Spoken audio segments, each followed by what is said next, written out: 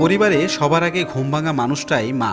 এই যেমন সুমি খাতুন গাজীপুরের স্থানীয় একটি পোশাক কারখানায় সুইংয়ে চাকরি করেন। প্রতিদিন সকাল শুরু রান্নাবান্না দিয়ে। স্কুল পড়ুয়া মেয়ে সুমাইয়া আর সামিয়াকে নিয়ে মায়ের যত চিন্তা। সন্তানদের ভবিষ্যতের কথা চিন্তা করেই ৩ বছর হলো স্বামীকে নিয়ে সিরাজগঞ্জ থেকে এসেছেন তারা। দেশের থেকে আইসি, গ্রামের থেকে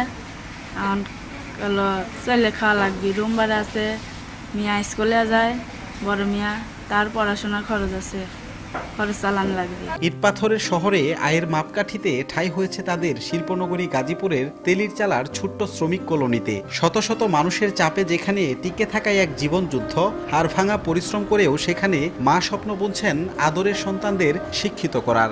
আমি চাকরি না করলে তো আমার মেয়েদের মানুষ করতে পারবো না। আমার যা না হয়েছে আমার মেয়েদের দিয়ে আমি তাই করবো। আমার আশাটা আমার মেয়েদের দিয়ে পূর্ণ করবো। বাবার সাথে মায়ের ভূমিকা বেশি, কারণ মায়ের কাছে অনেক অনেক জিনিস শেয়ার করে যা বাবার কাছে শেয়ার করতে ভয় পায় এবং লজ্জা করে।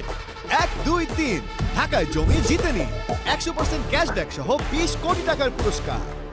সন্তানের প্রতি মায়ের ভালোবাসার গল্প প্রায় সবখানে এমনই। পরিবারের কাজ সামলে কোথাও তারা দোকানি, কোথাও আবার সুই সুতার কারিগর। আর এসব কিছুই সন্তান আর সংসারের কল্যাণে। স্বার্থহীন ভালোবাসার যে প্রতীক, সেই মায়েরা আজীবন থাকুক শ্রদ্ধা আর ভালোবাসায়। বিশ্ব মা দিবসে এমনটাই প্রত্যাশা সকলের। রাজিবুল হাসান, সময় সংবাদ, গাজীপুর।